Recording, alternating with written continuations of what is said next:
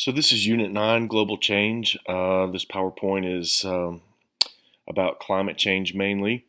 It's hard not to turn on the news and not see anything or hear anything about the climate change that we're experiencing.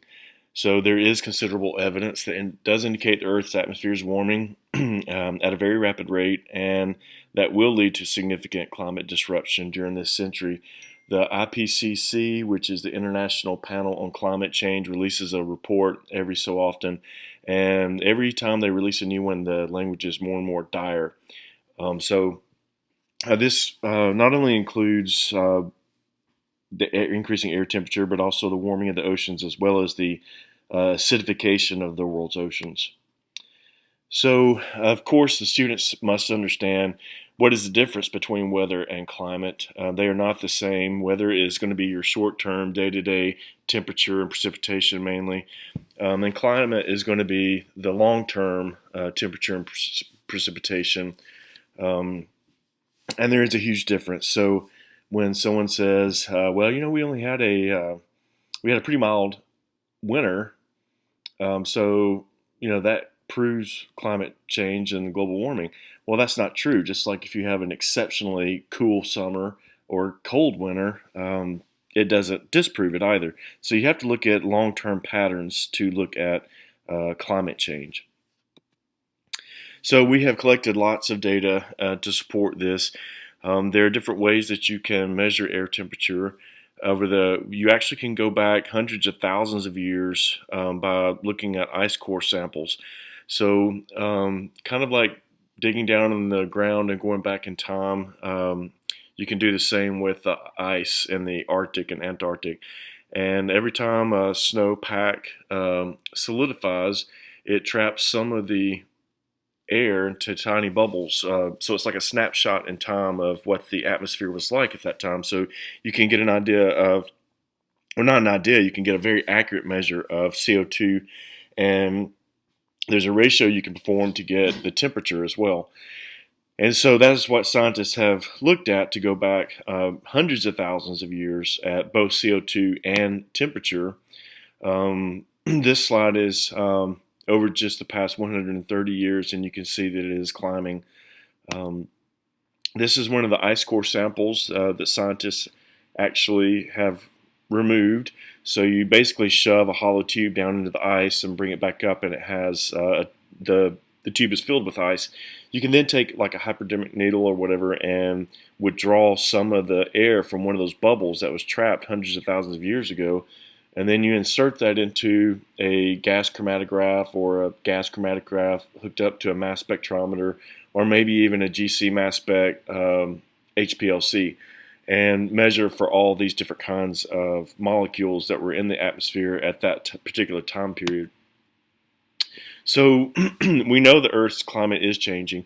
So the evidence strongly indicates the Earth's atmosphere has been warming at a rapid rate since 1975, and that it's mainly due to human activities, which of course is going to be the burning of fossil fuels and deforestation. Those have been two of the major roles that are causing this. And of course, we have to talk about the actual process of the greenhouse effect. So the greenhouse effect actually is not a bad thing in and of itself, because we would not be here, probably. Life would not be here as we know it anyway if it were not for the greenhouse effect. So the form of energy that's coming from the sun, the radiant wave energy, is able to pass through some of those atmospheric gases that surround the Earth. But once they strike an object, then some of that will turn into heat energy, and that heat energy begins to rise. But in this form, this energy cannot pass back out easily into outer space, and so it builds up in our atmosphere and radiates it back towards the Earth. So, as this PowerPoint slide says, about 1/3 is going to be reflected back of the energy coming from the sun. That is, some of that is going to be absorbed by the ozone layer, or the UV radiation, that is, and then the remaining passes through the atmosphere and strikes the Earth. And converted into heat. But we would be probably a giant ice ball if it were not for the greenhouse effect. The problem is that we are intensifying that effect by taking carbon dioxide, which will normally be locked up deep below the ground for millions of years until maybe there's a volcanic eruption or something like that. And it would remain there in that part of the carbon cycle in that sink in the form of coal, oil, or natural gas, but we're bringing it up to the surface and then combusting it when we burn it and creating carbon dioxide. Now, carbon dioxide is not the only molecule that will trap heat. There are others, water vapor, of course, CFCs, nitrous oxide, and methane. Some of those, like methane, are actually more powerful as a greenhouse gas and trapping heat. But it's the carbon dioxide that we're increasing the levels of the quickest, and that's from the burning of fossil fuels mainly. So in the new curriculum, it specifically mentions the greenhouse warming potential of these different molecules. And so the greenhouse warming potential is an estimate of how much a molecule of any compound can contribute to global warming over a period of 100 years relative to a molecule of CO2. So I included a slide that lists the main greenhouse gases, their concentration in 2010, their global warming potential as compared to CO2, and the duration in the atmosphere. And so you can see that water vapor does not stay in the atmosphere very long, but notice that CFCs are very powerful greenhouse gases, and they do last a very long time. However, a good thing is that thanks to the Montreal Protocol, in Montreal, Canada, the world's leaders decided to ban CFCs, not because of their greenhouse potential, but because of the fact that they can destroy ozone molecules, which we need in the stratosphere to filter out a lot of the harmful UV rays. Since the Industrial Revolution, CO2 and methane and N2O emissions have been higher, and their main sources are, of course, the burning of fossil fuels, but that would include agriculture and deforestation. So when you deforest, you are burning the trees or cutting them down, and basically you're removing the plants that were taking the carbon dioxide out of the atmosphere, and you're burning them. So not only are they not removing carbon dioxide from the atmosphere anymore, but they're also now, when you combust them, anytime you combust something that is alive or was once alive, all living things are based on carbon. So when you oxidize it, you're going to produce CO2. So but there definitely is a correlation of rising CO2 and methane with rising global temperatures. And this is a pretty powerful slide. It speaks for itself, but you can follow the CO2 concentration, the temperature. If the CO2 concentration goes up, the temperature is going to go up. And you can see what is happening at the present time. Our CO2 concentrations are going straight up, and that's due to the Industrial Revolution and the burning of fossil fuels. And so we can imagine that the temperature, of course, will begin or has begun to rise as well. The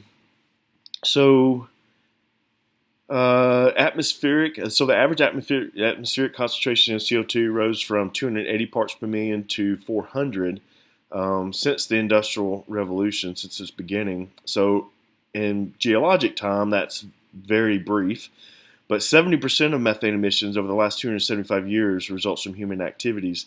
In 2010, U.S. and China accounted for 41% of the world's greenhouse gas emissions. One thing I would like to note is that China has passed the U.S. in greenhouse gas and CO2 emissions.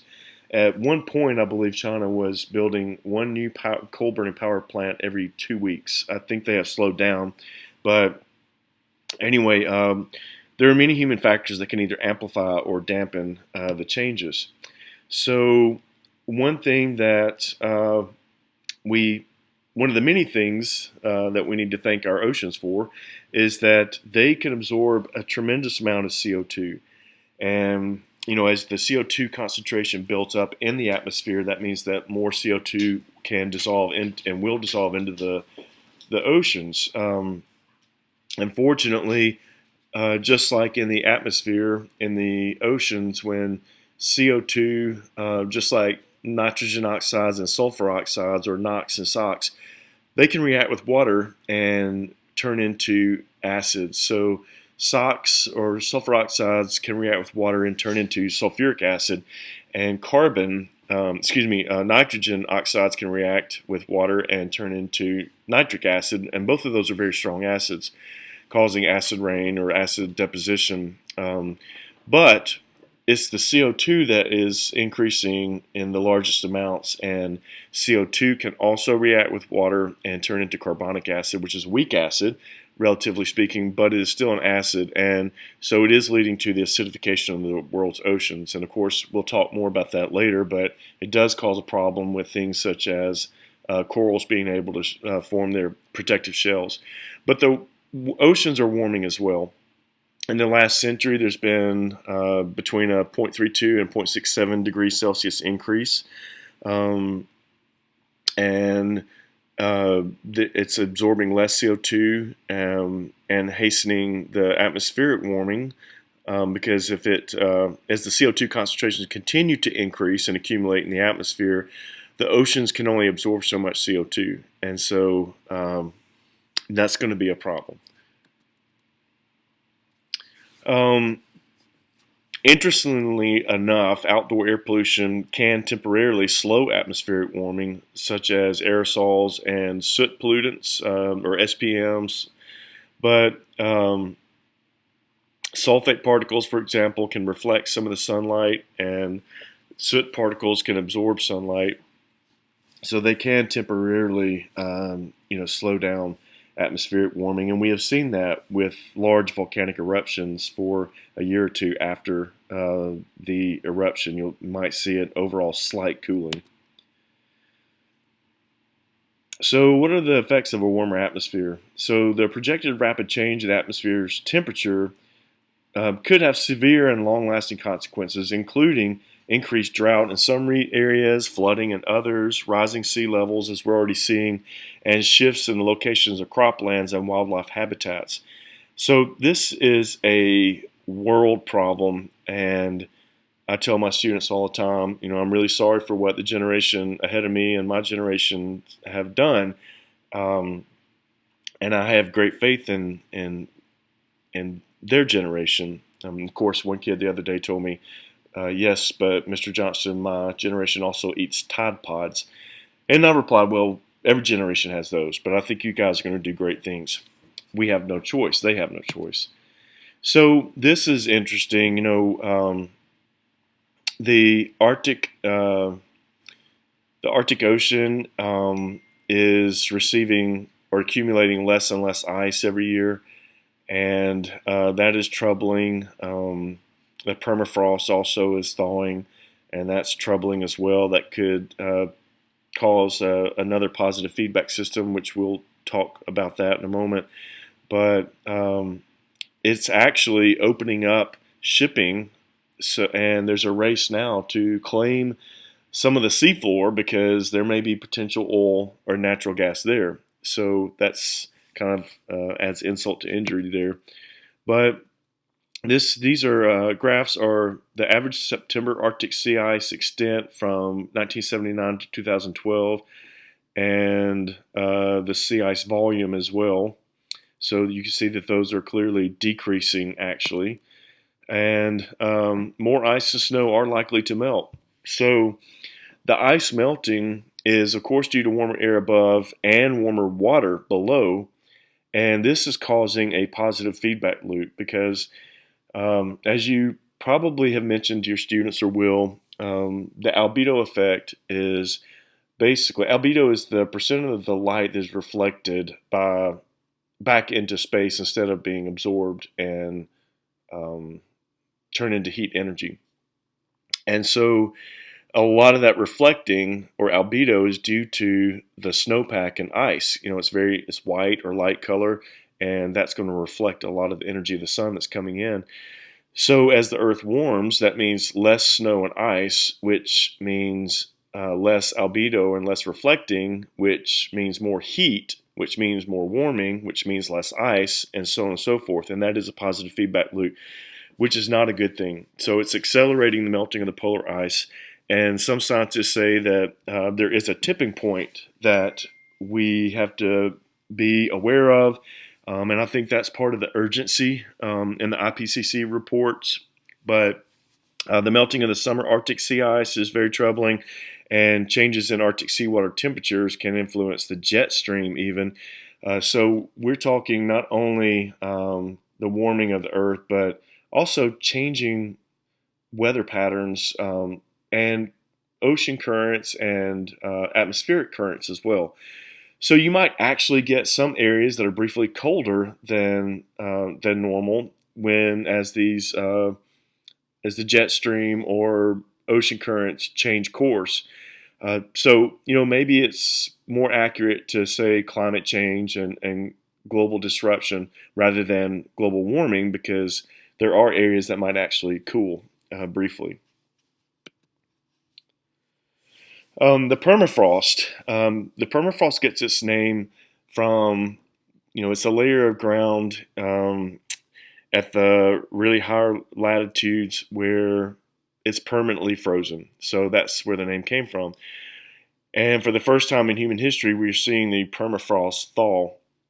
And at one point, it is important to stress to students that the climate has fluctuated naturally greatly over the history of the Earth. The Earth is about 4.6 billion years old, and it has drastically changed during that time period. And so it has been much warmer, it has been much colder. So there are natural fluctuations. However, what we're seeing today is definitely from the increase in CO2 mainly and methane due to human activity. And it may change our climate in such a way that life as we know it, will change. But anyway, so if the permafrost does thaw, there's a lot of organic matter that's been locked up and frozen, and when that thaws, it will be decomposed by some, aerobic bacteria, but also anaerobic bacteria. And there's also methane that is trapped. Anaerobic bacteria do not use oxygen, and so instead of CO2, they produce methane. But methane is a very, very powerful greenhouse gas, and so that would, of course, further cause climate change and the greenhouse effect, and which would accelerate the warming. So the sea levels, I've seen on several test questions or tests, what is causing the sea levels to rise? And the students will want to say that it is due to, glaciers melting. And melting glaciers does contribute to it. Now, floating ice does not, because of the weird properties of water. Floating ice, when it melts, does not contribute to the sea levels rising. However, if ice is on land and thaws and then runs off into the ocean, of course that would. But the main reason why the oceans are rising is because of the thermal expansion of water. And so, I don't know, College Board likes to ask that question, so I always make sure I point that out to them. But it has risen a lot already, but it's projected to rise anywhere from 0.5 to 1.5 meters by 2100, and I have recently seen numbers as high as 2 meters. But this could be an irreversible effect, causing the degradation and loss of many of the coastal estuaries and wetlands and coral reefs. The coral reefs have to have light for the algae that lives symbiotically with the corals. And so if the oceans become deeper in those areas, there would be possibly less light getting to them, which would affect them. Plus, the acidification and the warming it's a trifecta for them, not in a good way. Of course, coastal fisheries would be disrupted, and the flooding of the barrier islands. The barrier islands protect our coastlines from hurricanes and storm surges, but also agricultural lowlands and deltas would be flooding as well. So, and of course, humans have often settled near water, and there are many large cities that are located on the coasts around the world that would be inundated. So, contamination of freshwater aquifers. Either one way would be from saltwater intrusion, perhaps, or just the rising ocean getting into further up onto land and then seeping down into the aquifers. The submergence of low-lying islands, the Pacific and Indian Oceans and the Caribbean. There have already been some islands that have been evacuated. And of course, coastal cities, as we mentioned. This is an interesting map. I think it's ironic that the state of Florida is not allowed to use, the state officials, that is, are not allowed to use the phrase climate change when they are going to be one of the hardest hit states by climate change due to the rising sea levels. And as you can see here, this is projected flooding in that state.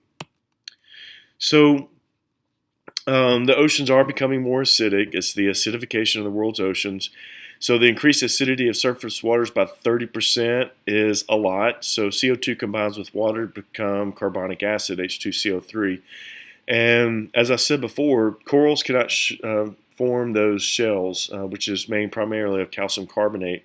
So that would affect them, but also snails and any other organisms with shells. And it also threatens phytoplankton. You know, everything has a range of tolerance. So as we decrease the pH by increasing the acidity, it may make the phytoplankton less productive or more vulnerable to other things. So what can we do? Interesting note, a few years ago, I had a student whose uncle Skyped with my class, and he's actually, at the time, was working on his PhD in climate change at Yale University. And he gave the analogy of, I called him on the phone and I said, look, know your audience. We're in Alabama, and a lot of our students are coming to class with the preconceived idea that it's a hoax or whatnot. And he kind of snapped at me and said, well, we're beyond trying to prove that or figure out if it's happening or not. We're trying to figure out what to do about it. And I said, okay, fair enough, But I think he thought about it because he gave this analogy when he first started talking to the students. And he said basically that if we were trying to predict the outcome of the Iron Bowl, and when he said that, I knew he had done his homework. But he said, if we do not know who the coach is for either team, or who is healthy to start, or what their records are, who has home team advantage and all that stuff, there's just too many variables to really get a clear picture of the outcome. But as you fill in those variables, the picture becomes clearer and clearer and clearer, and that's where we are with climate change. And so they have been filling in those variables, and all the computer models and the data that we have seen is pointing to climate change, warming Earth, warming oceans, acidification of the oceans, and it's largely due to human activity. And so another interesting thing that I'll throw in there, he also told me on the phone, he didn't say this to my students, but he actually attends the meetings, the IPCC meetings, where they call in the world's leaders and they get people like this guy to try to explain the science to the leaders. So that was his role. And every country has their version of this. And so he said that his Chinese counterpart that he had gotten to be friends with told him that the Chinese government is hoping that we will continue to push fossil fuels and not really go down the road of pushing renewable energies like solar and wind, because in about 10 years, China will be so far ahead that the U.S. will never catch up. And I don't want that to happen for many reasons. Just from an economic standpoint, but also, of course, environmental. But what can we do to slow projected climate disruption? So we got to get off of fossil fuels. And I don't know that that would necessarily mean completely off, maybe as a backup, but we can reduce greenhouse gas emissions and the threat of climate disruption while saving money and improving human health. So we have to cut energy waste and rely more on solar and wind energy sources. So because it is not a local problem, it is a global problem. It's going to require unprecedented and prolonged international cooperation. We can do it. We did it with, CFCs and protecting our ozone layer in the stratosphere. But this is also a long-lasting political issue. Because we have to have people in the government that are not going to change their minds or change the previous policy when they get into office. We're going to need people that are in office to realize this is a threat and that we have to do something about it. But another thing that the IPCC report repeatedly says is that the people that are going to be harmed the most are, of course, the poor. They are not as likely to be able to relocate, for example. But so the projected harmful and beneficial impacts of climate changes are not spread evenly. The proposed solutions are controversial. Many will say it will cause economic disruption, for example, to get off of fossil fuels. But as this slide points out, we really are not hardwired to respond to long-term threats. But that may be a problem. So we can mitigate, slow the disruption to avoid tipping points. We can adapt, so recognize climate change is inevitable on some level and try to reduce the harmful effects. Solutions might include improved energy efficiency to reduce fossil fuel use, increase use of low-carbon renewable energy resources, stop cutting down tropical forests, and shift to more sustainable and climate-friendly agriculture, and also reduce other greenhouse gases as well.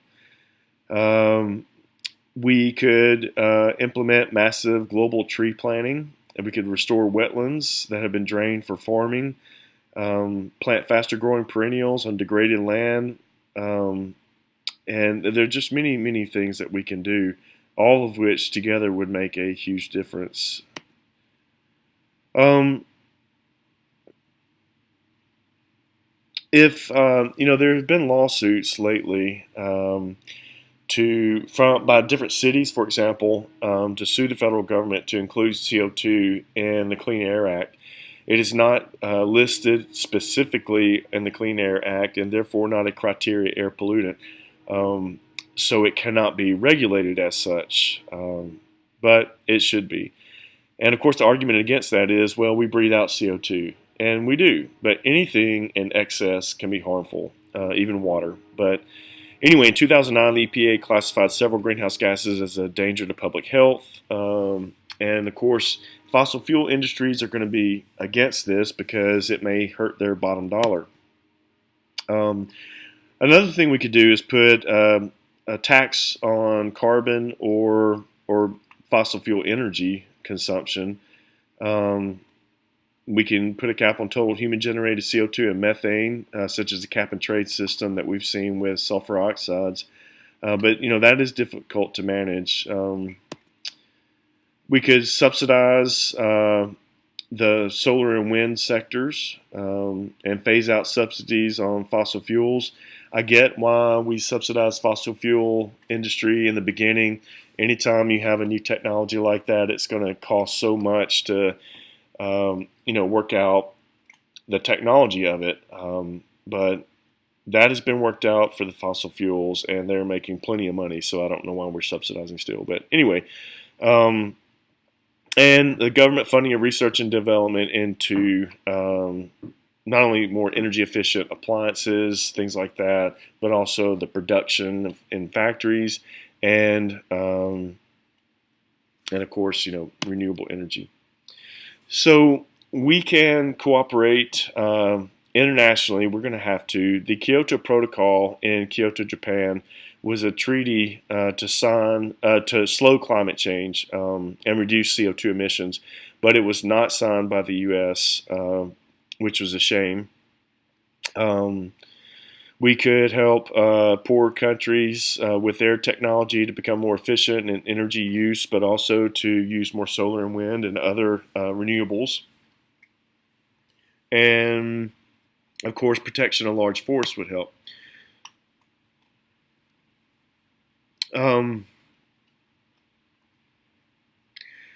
Probably one of the biggest things we could do is stress to the public that it's slowing climate change is not just good for the environment and not just good for human health. It's also good for the economy in the long run. And I think, a lot of things come down to money. And so that may be the way to go for trying to convince people that are reluctant to even believe that it's happening to not only listen, but also maybe do something about it. I'm going to keep going through. All right, so, oops. So these are different things. This is showing, wait, and pause.